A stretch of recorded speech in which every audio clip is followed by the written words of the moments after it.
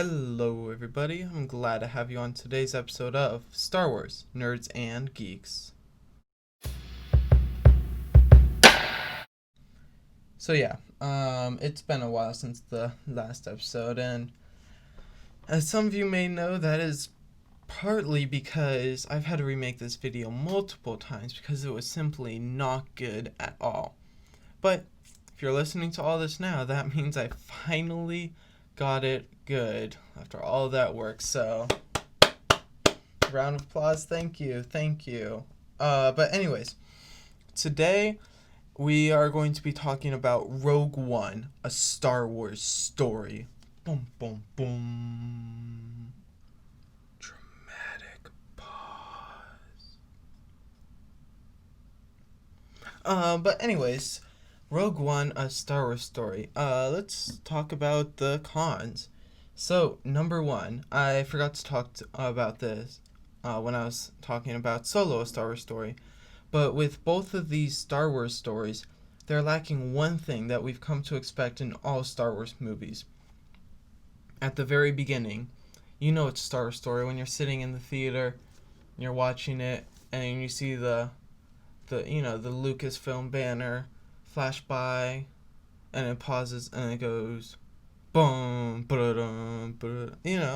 and then the words start scrolling by that tell you the backstory of the movie, tells you the episode number, the title, the backstory, tells you everything, the yellow words. Oh my gosh, it's amazing.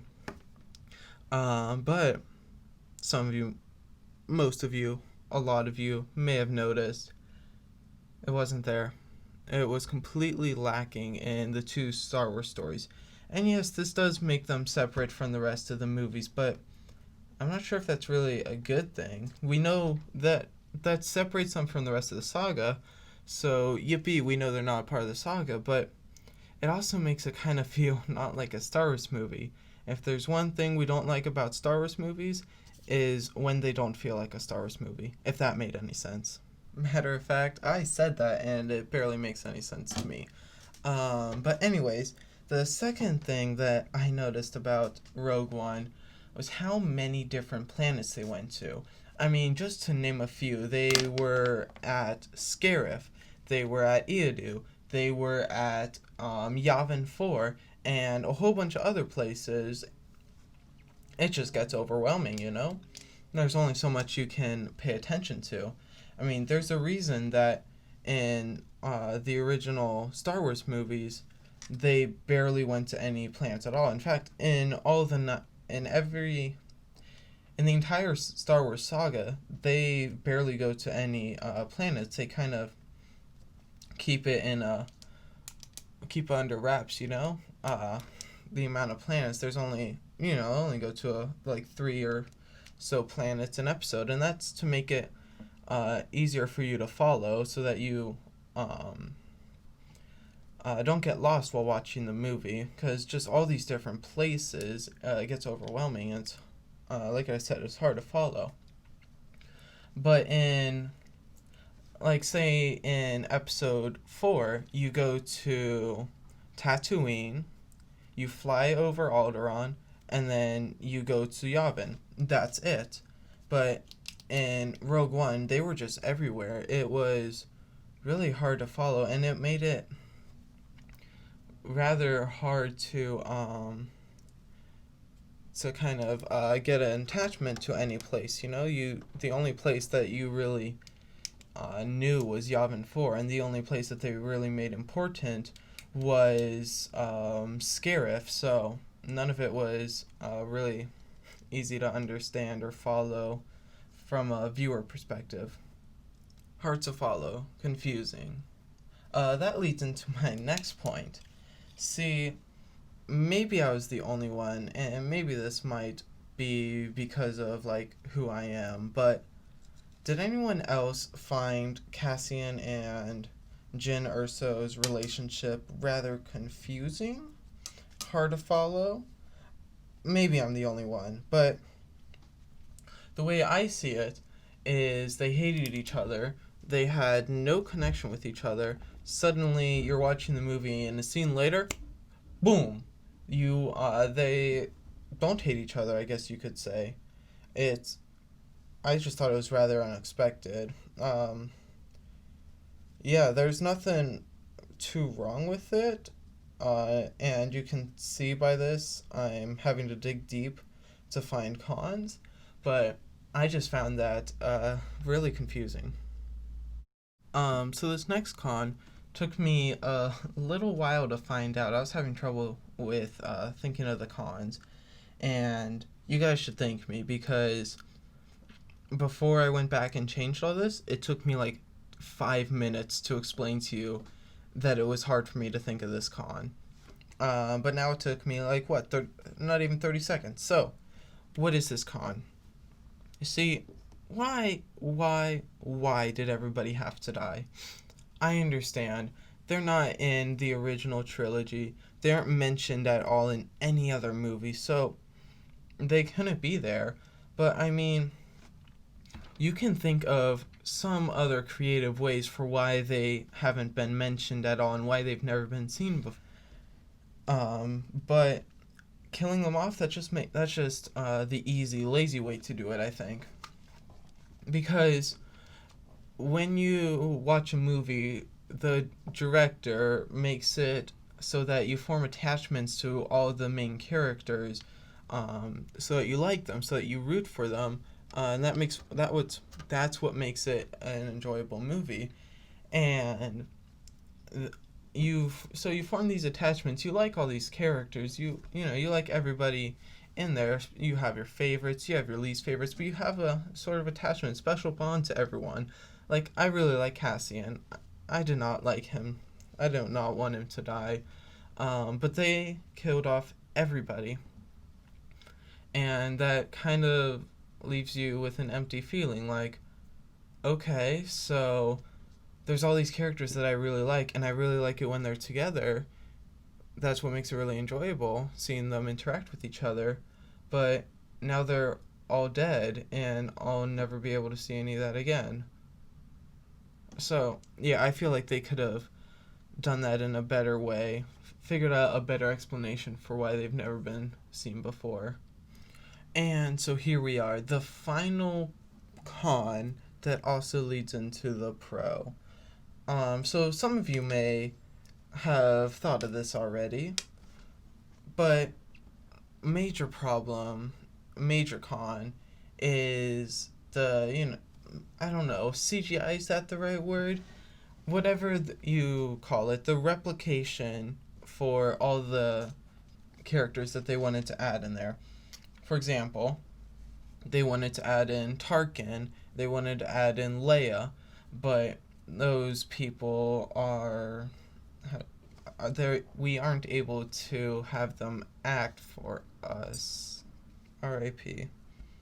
But since they since we can't have them acting for us and we don't have any old footage of them that would fit perfectly in the situation, they have to create CGI or holographic images, whatever you want to call it. They had to create these things to stand in the place of these characters. And that wasn't very it just, sometimes it looked cheesy, sometimes it just didn't look good, sometimes it was kind of just, I don't want to look at it. I assume that is like what fans were feeling during when they were watching the prequel trilogy. They probably felt similar thing during Rogue One. Um, the good thing about Rogue One is that we're seeing old characters that we like come back, so that's a good thing. But still, did not like to see that. But I said this leads into a pro. I kind of like some of the interesting ways that they dealt with these characters. See, as I was watching the movie, I don't remember any of these scenes for Princess Leia, but for Grand Moff Tarkin, I noticed multiple scenes that were just taken directly from episode 4. They probably took the original footage from episode 4 and changed the background because of whatever blue or green screen was in the background. They just changed it to fit what was going on in Rogue One. Everything's the exact same as episode 4, and that was kind of cool because it was actually the character, not a computer generated image of him.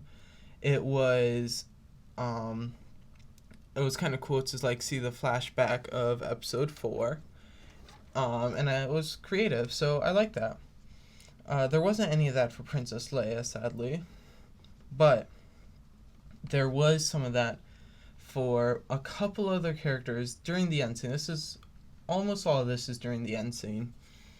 But at the very end, there was, the X-Wing pilots doing the dogfights in the sky, as you do in a Star Wars movie. It's the really exciting parts of a Star Wars movie, is watching those X-Wings and TIE fighters dogfight it out in the space while the capital ships are over them. Oh, it's amazing. But I'm getting off topic here.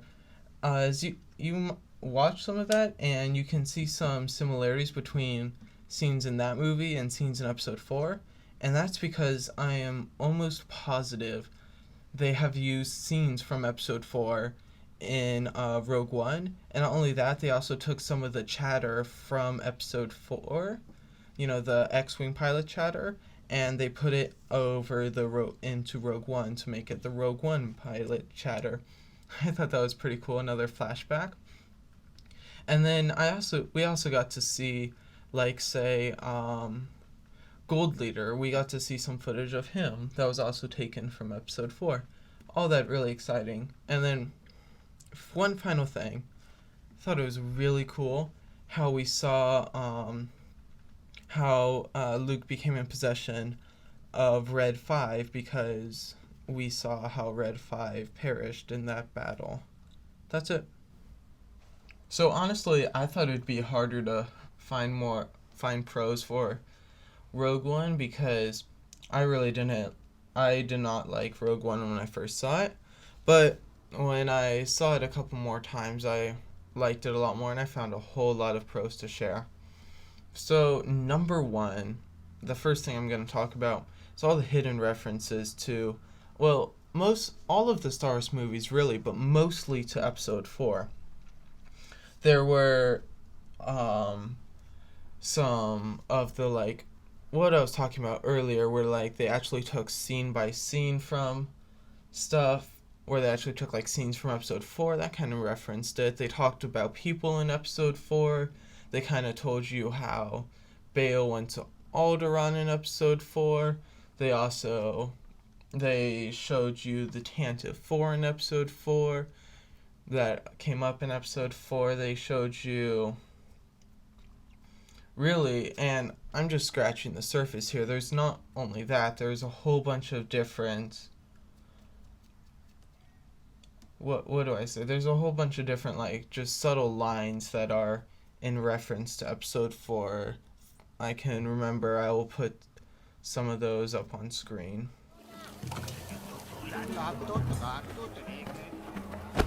Hey, you just watch yourself. No. We don't want any trouble, sorry. So, as I have heard, Rogue One is one of the fan favorite Disney Star Wars movies. And I feel like that is for 2 different reasons. The first of which is, the callbacks to episode 4 and the original trilogy in general. And yes, I've talked a whole lot about the references to the scenes and the things that they've said, but just the feel of it was completely original trilogy. Something that wasn't able to be replicated in the prequel trilogy, something that wasn't replicated in the sequel trilogy, even when they made a movie that was almost the exact same as not almost the exact same, but very similar to episode 4. None of those captured the vibes in the way that Rogue One did, in my opinion. See, from the risky gambits that the players would make, to the exciting music, to the characters that you would just fall in love with, there's every single bit of it, the snarky droids, the everything, just everything. Like I said before, one of my favorite parts, the X-wing dogfighting. Yeah, I have a lot to say about this, but I'm just gonna cut it short and say it really reminded me of the original trilogy, and it had original trilogy vibes in it. And the second reason I think a lot of fans like Rogue One, and this is the first one I feel like more fans could share with. But this reason is that there is the battle in it, and I'm talking about the Battle of Scarif at the end. It's very, very realistic. It's a battle that did not rely on plot armor at all. It did not rely on, say, the stormtroopers missing every shot and the rebels hitting every shot and just getting completely lucky and having plot armor. And that's the only reason they won. And if things had happened logically, the Imperials would have won. It's not like that at all. The rebels did everything right and the Imperials did everything right.